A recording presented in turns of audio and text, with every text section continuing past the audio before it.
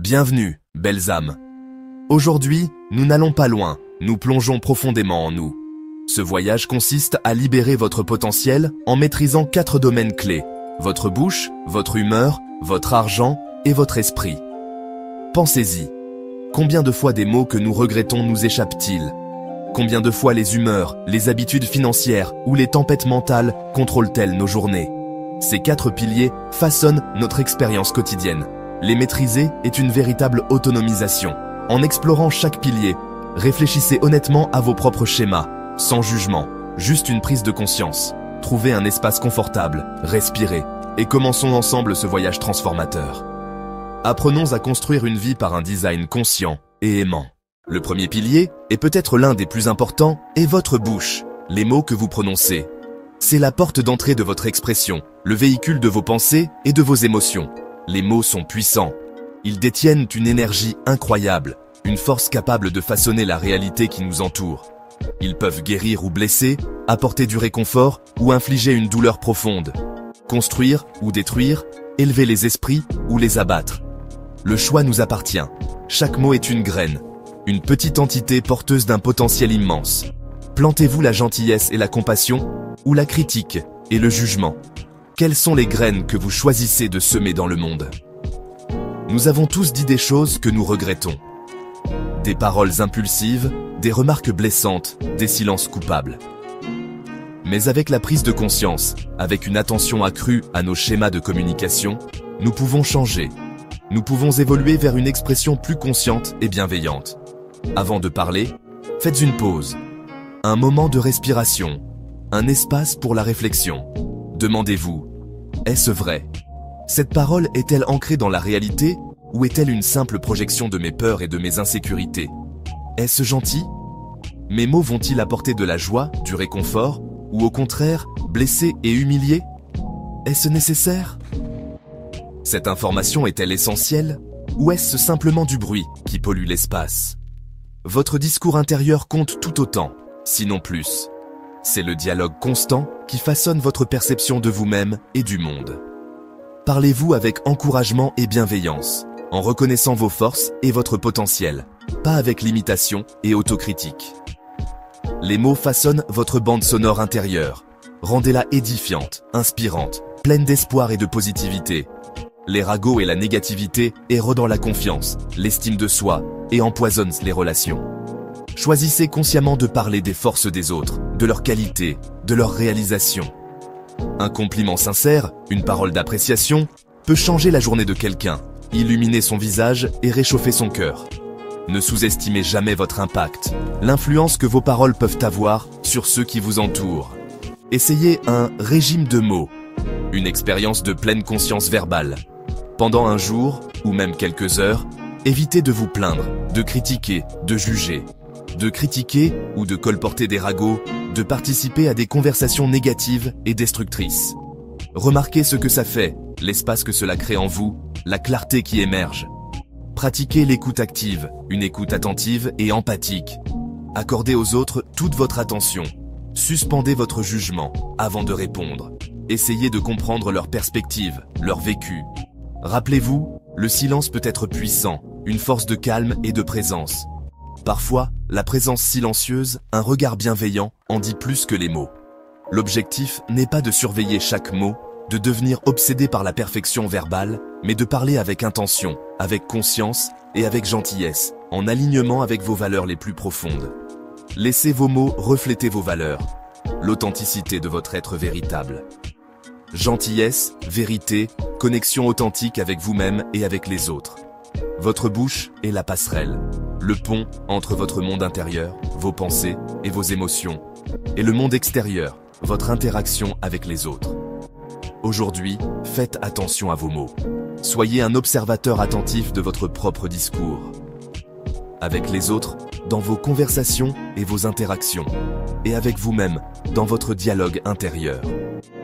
Choisissez de parler avec intention, avec conscience et avec compassion, en offrant au monde le meilleur de vous-même. Maîtriser votre bouche, cultiver une parole consciente et bienveillante est le premier pas, un pas essentiel vers une vie d'harmonie, de connexion profonde et de joie véritable. Le deuxième pilier est la maîtrise de votre humeur. C'est un voyage continu, un processus d'apprentissage et d'adaptation. Il ne s'agit pas d'une destination finale, mais plutôt d'un chemin que l'on emprunte avec conscience et intention. Les émotions sont comme la météo, parfois ensoleillées, parfois orageuses. Elles fluctuent, changent et évoluent constamment. Tout comme on ne peut pas contrôler le temps, on ne peut pas toujours contrôler les émotions qui surgissent. La maîtrise ne consiste pas à supprimer les sentiments, mais à apprendre à les naviguer.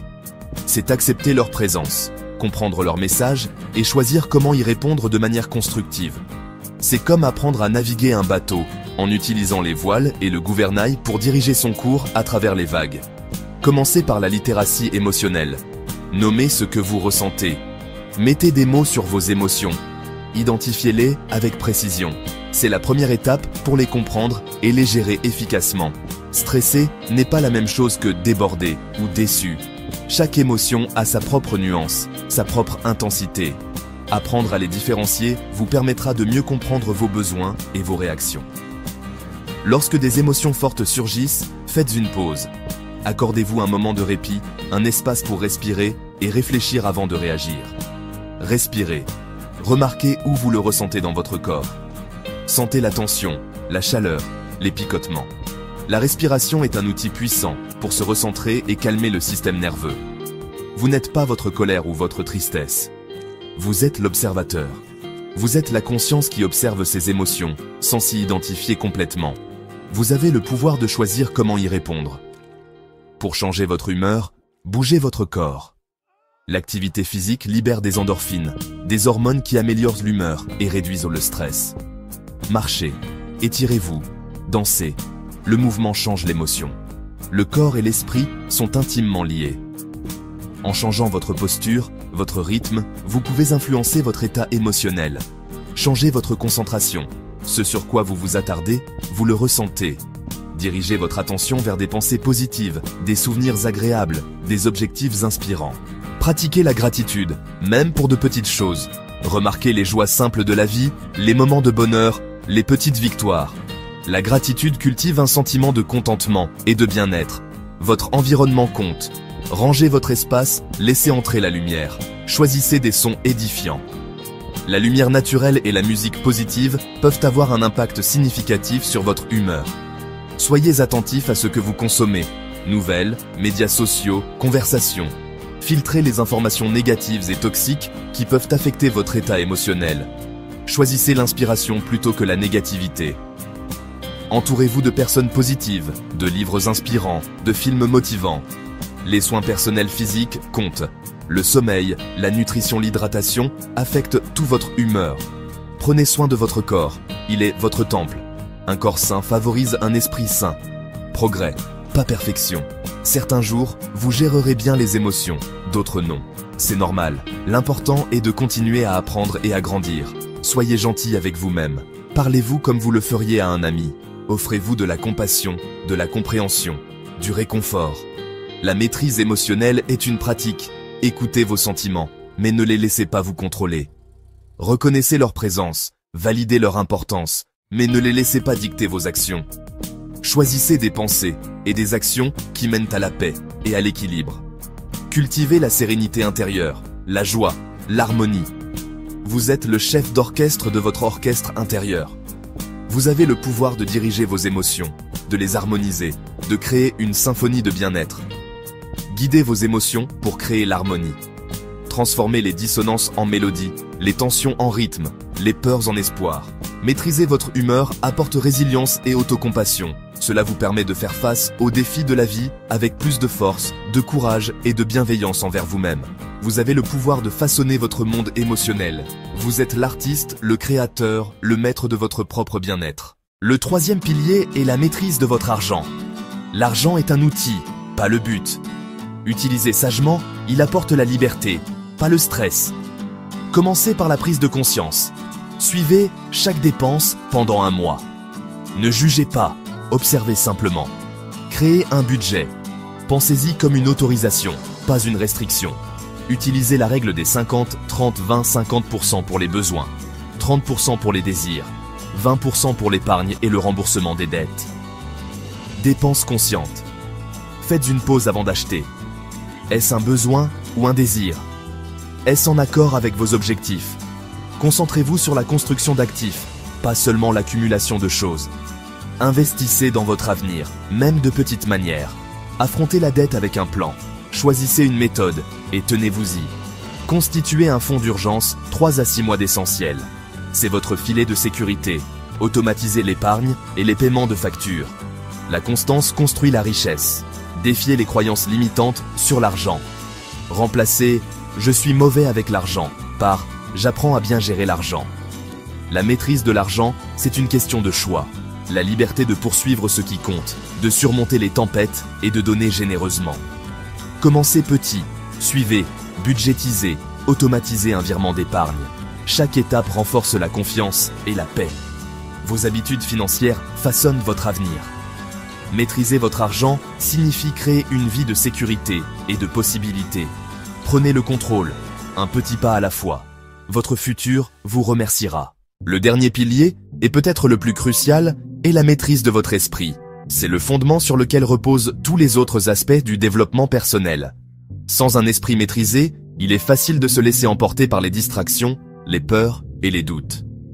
L'architecte de votre réalité. Chaque pensée, chaque croyance, chaque visualisation contribue à la construction de votre expérience. Vous avez le pouvoir de concevoir une vie qui vous ressemble, une vie alignée avec vos valeurs et vos aspirations les plus profondes.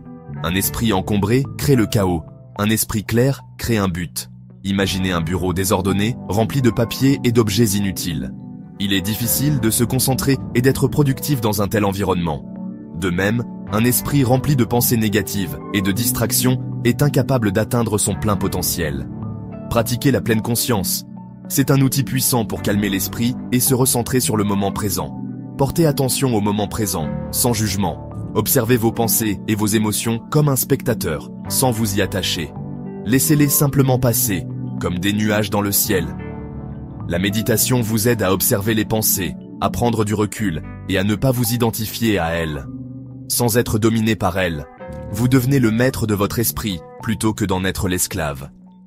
La visualisation est puissante. C'est un outil qui permet de programmer votre esprit pour le succès. Imaginez vos objectifs comme déjà atteints. Ressentez le succès. Imprégnez-vous des émotions positives associées à la réalisation de vos rêves. Plus vous visualisez clairement, plus vous augmentez vos chances de les concrétiser. Soyez sélectif sur ce que vous nourrissez votre esprit. Tout comme vous choisissez soigneusement les aliments que vous consommez, vous devez être attentif à ce que vous laissez entrer dans votre esprit. Livres, médias, conversations. Tout a un impact sur votre état d'esprit. Entourez-vous de personnes positives et inspirantes et consommez des contenus qui vous élèvent et vous encouragent. Entraînez votre cerveau à remarquer le bien. La gratitude est un puissant antidote à la négativité. Terminez chaque jour en listant 3 choses qui se sont bien passées. Cela vous aidera à cultiver un état d'esprit positif et à apprécier les petites joies de la vie. Le travail en tâche unique est meilleur que le multitâche. Le multitâche disperse votre énergie et réduit votre efficacité. Concentrez-vous pleinement sur une chose à la fois. Accordez toute votre attention à la tâche à accomplir et vous serez surpris de la qualité de votre travail et de la rapidité avec laquelle vous l'accomplirez. Adoptez un état d'esprit de croissance. Croyez en votre capacité à apprendre et à vous améliorer. Les capacités peuvent être développées. Les défis sont des opportunités. Ne craignez pas l'échec. Considérez-le comme une étape nécessaire sur le chemin du succès. Écrivez dans un journal pour éclaircir votre esprit. C'est un excellent moyen de décharger vos pensées et vos émotions. Écrivez vos pensées, vos peurs et vos espoirs. Mettez des mots sur ce qui vous préoccupe et vous vous sentirez plus léger et plus en contrôle. Défiez les pensées négatives. Ne les acceptez pas comme des vérités absolues. Demandez, est-ce vraiment vrai? Quelle est une vision plus équilibrée? Remettez en question vos croyances limitantes et remplacez-les par des pensées plus positives et constructives. Maîtriser votre esprit est une pratique à vie. C'est un voyage continu, pas une destination. Arracherez les mauvaises herbes de la négativité, plantez des graines de positivité, cultivez un jardin mental florissant, rempli de pensées et d'émotions qui vous nourrissent et vous font grandir. Votre monde intérieur façonne votre monde extérieur. Ce que vous pensez et croyez se reflète dans votre réalité. Prenez le contrôle conscient de vos pensées et de vos croyances. Devenez le maître de votre propre esprit, et vous deviendrez le maître de votre propre destin. Vous êtes l'architecte de votre expérience. Vous avez le pouvoir de créer la vie que vous désirez. Construisez une vie paisible et épanouissante de l'intérieur vers l'extérieur. Commencez par cultiver la paix et la joie dans votre propre esprit, et cela se répandra dans tous les aspects de votre vie. La maîtrise de l'esprit débloque toutes les autres formes de maîtrise de soi. C'est la clé pour libérer votre plein potentiel et vivre une vie extraordinaire. Commencez aujourd'hui. Une pensée, une respiration à la fois. Chaque petit pas compte. Votre esprit est votre plus grand outil. Utilisez-le sagement. Nourrissez-le de pensées positives, de croyances constructives et de visualisations inspirantes. Et vous serez surpris de ce que vous pouvez accomplir. Nous avons exploré les 4 piliers, la bouche, l'humeur, l'argent et l'esprit. Rappelez-vous, la transformation se produit grâce à de petits choix cohérents. Ne vous contentez pas de regarder, choisissez une action à pratiquer aujourd'hui. Faites une pause avant de parler, prenez une respiration consciente, suivez vos dépenses ou changez votre humeur par le mouvement. Chaque grand changement commence par un seul pas. Partagez votre engagement dans les commentaires. Votre histoire pourrait inspirer quelqu'un d'autre. Si cela a résonné, aimez et abonnez-vous pour plus. Allez-y et soyez l'architecte de votre belle vie.